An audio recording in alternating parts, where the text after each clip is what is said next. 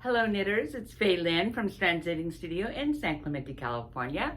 And I have a sweater, I have an owl, I have classes, all coming up. Stay tuned.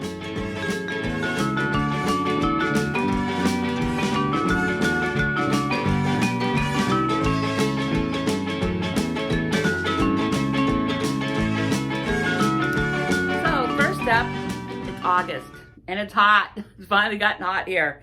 So we're still going to talk about doing Christmas stuff because obviously we still need to be doing that.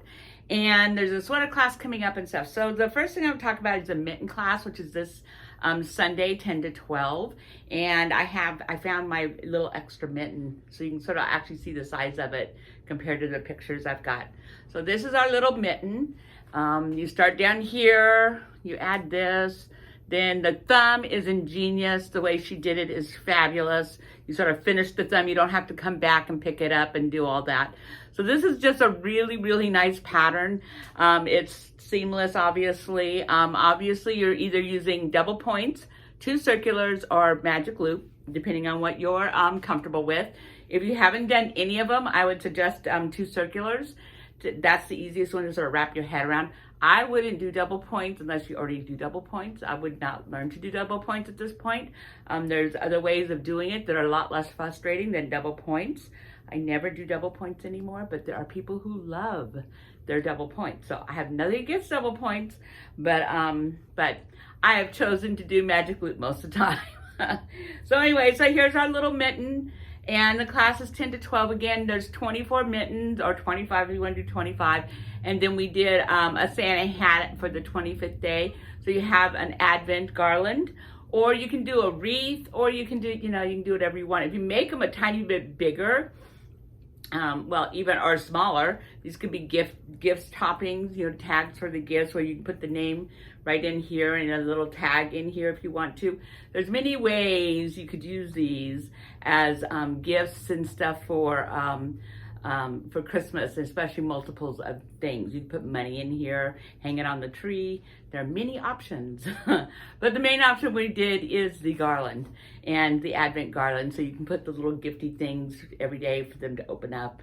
So that class is Sunday, this Sunday, the 14th from 10 to 12. So the next class is our sweater class. So now the sweater class can be any sweater that you've been working on this year, of all the sweaters that we've done. And if you're at a point where you need help, that's the Brighton sweater, that's the grandpa sweater, that's the bobble sweater, that's the shrug, the Avana shrug, the cumulus, anything. And to tell you the truth, if you're working on a sweater and you're having a hard time, you can come to the sweater class. And the 2 new sweaters I'm adding to the list of sweaters are the No Need to Panic sweater and the Ranunculus. So No Need to Panic, the sample we have in the store is made of Dream, which we ordered Dream yesterday, but it takes 6 weeks for it to come in, so it'll be a while before it's here because it's all hand dyed. But we did order some Dream yesterday. This is the No Panic sweater. It's a yoke sweater. It's a textured yoke, and somewhere in the fall here we'll do a color work yoke. But so this is a good one to do, a textured yoke, so you sort of get the whole yoke kind of sweater figured out without having to worry about all the color work. Of course, what we'll do will be easy color work. It won't be difficult color work. But anyways, it's a lovely sweater. It's written out it's a very nice beginning yoke sweater. Both of these are. It's written out very simply. The sizing is very simple. It does have positive ease. Quite a lot of positive ease. Sweaters these days have a lot of positive ease, but you don't have to knit them that big. You can scale them back to be anything you want. And same with the length. Some of these are cropped. You can lengthen them to a regular sweater. Some of them are short sleeved. You can make long sleeves. You can change all that, and it's very simple to change all that. So we have No Need to Panic. And then Ranunculus is the one that I said, there's like over 14,000 projects on Ravelry of this sweater, and people have knitted easily 4 and 5 of these because you can knit them out of any weight. It's actually done on fingering on a size 10. So it's supposed to be a very drapey, open sweater that you would wear a tank or something underneath.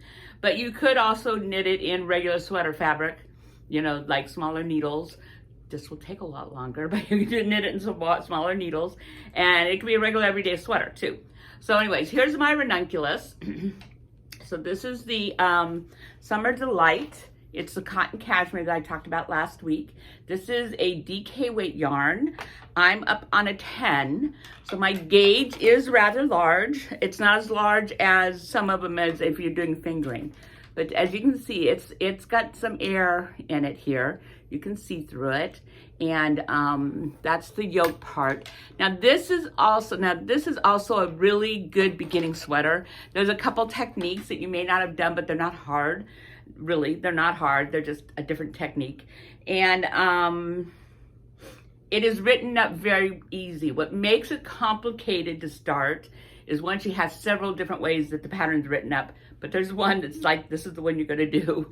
And then picking your sizing. It's really about picking your sizing because, again, you can knit it with any yarn and any gauge, but then you just sort of have to figure it out. And this has got 14 inches of ease. And it's cropped. That's an enormous amount of ease in a sweater. And so you can get away with your gauge being off and still have, 10 inches of ease or 8 inches of ease. So even though the sizing looks a little complicated, because there's so much ease in this sweater, it really isn't all that complicated. And as I've said many, many times before, just get your measurements that you want off of something that you like, and we'll knit to the measure. We knit to the measurements. Instead of knitting to the stitch count, we knit to the measurements. And that way you get exactly what you're wanting. So anyways, this is mine.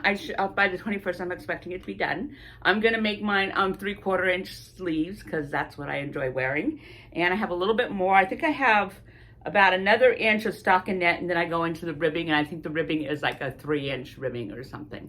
So I'm getting there, and I'm on my third skein. I'm on my third skein. Because I'm doing longer sleeves, I'll probably have to go into a 4th skein.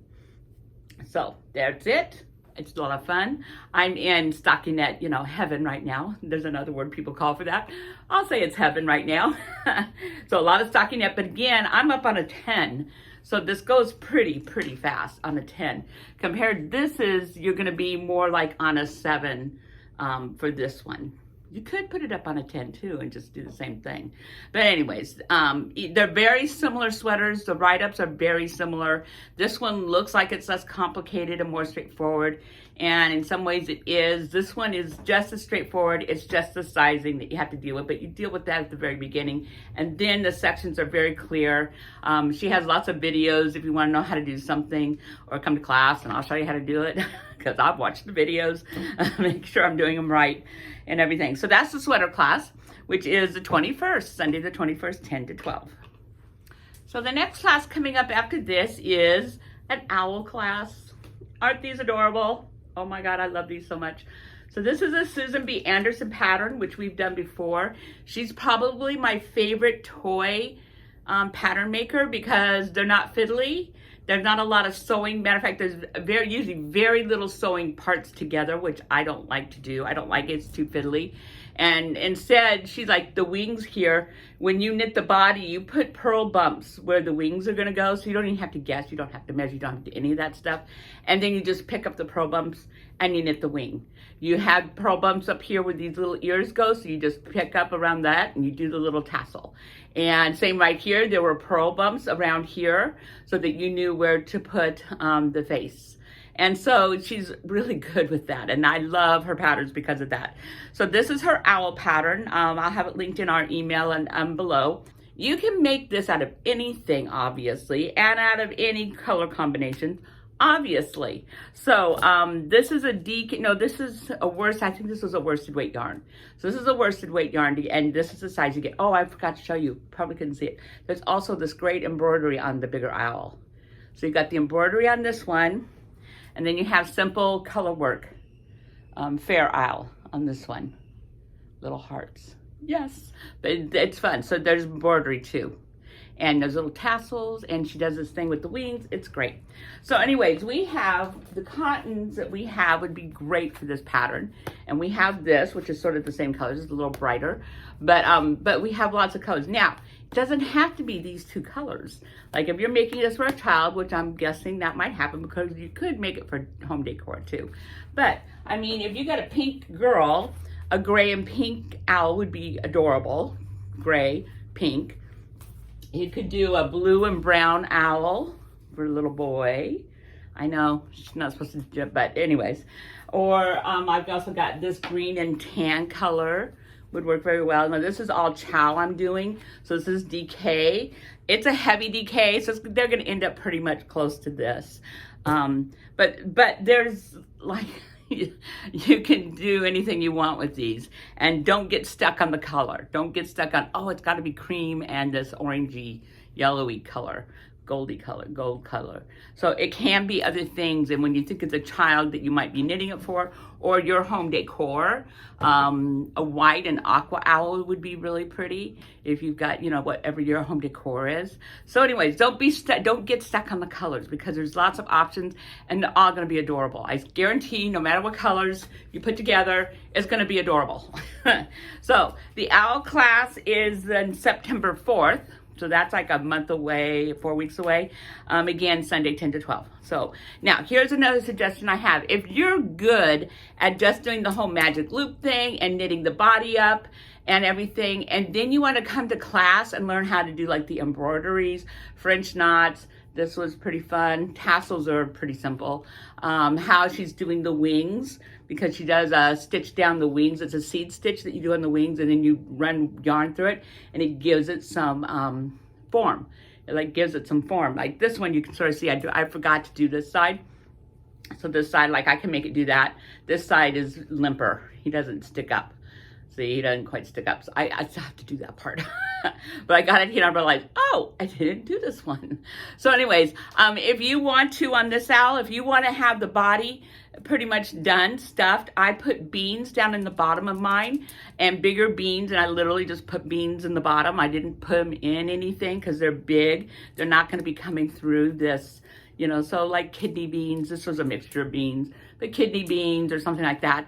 Just put like a good amount so that when you sit it up, I don't know if you can hear it, but it sits really, because it's weighted, it sits really well. So I did that on both of these. So if you want to have these done and stuffed and ready to embroider for class, that's not a bad idea, because that's probably the stuff that you'll need help on if you already know how to do magic loop.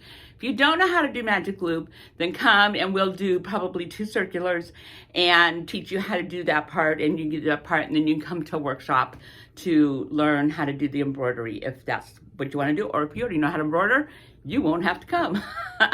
Anyways, so those are the 2 ways I might approach the class, depending on what you're needing to learn from this class, from this project. But Susan B. Anderson, look at her stuff. She has a ton of adorable animals, and you're going to see more of them, because there's a bear for Halloween that I'm going to knit up. We're going to do that bear. And then there's the same bear that's dressed up for Christmas. So those are coming up. And yeah, so anyways, those are our classes coming up in the next few weeks. I think that was all the classes. Yeah, so the owl is September 4th, Sunday 10 to 12. The very last thing I was going to do, and we have actually sold out of most of these. So there's 2 of these sides, and there's 3 of these sides. So these are all these great baskets that can be used as anything. They are fully lined. So they're fully lined. So if you are using it for a project, your yarn is not going to snag on this, and it closes, so you can close it up. And so there it is, like that. So this is one of the bigger ones, and we have one that's a little bit smaller, and then we have the ones that are sort of plain and smaller than this. So we have 2, I think 2 of them that are this size, one that's a little bit smaller in size, and then like 3 or 4 of the plain ones. But these are lovely, lovely, lovely bags. They're made really, really well. And as I said, they close up, they cinch up, close up. You can take them on the plane. You can put your stuff in there. For a project bag, it's perfect because your yarn doesn't get snagged in it. So it's a really, really nice project bag.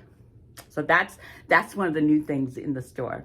So that does it for this week, and I hope you have a great week.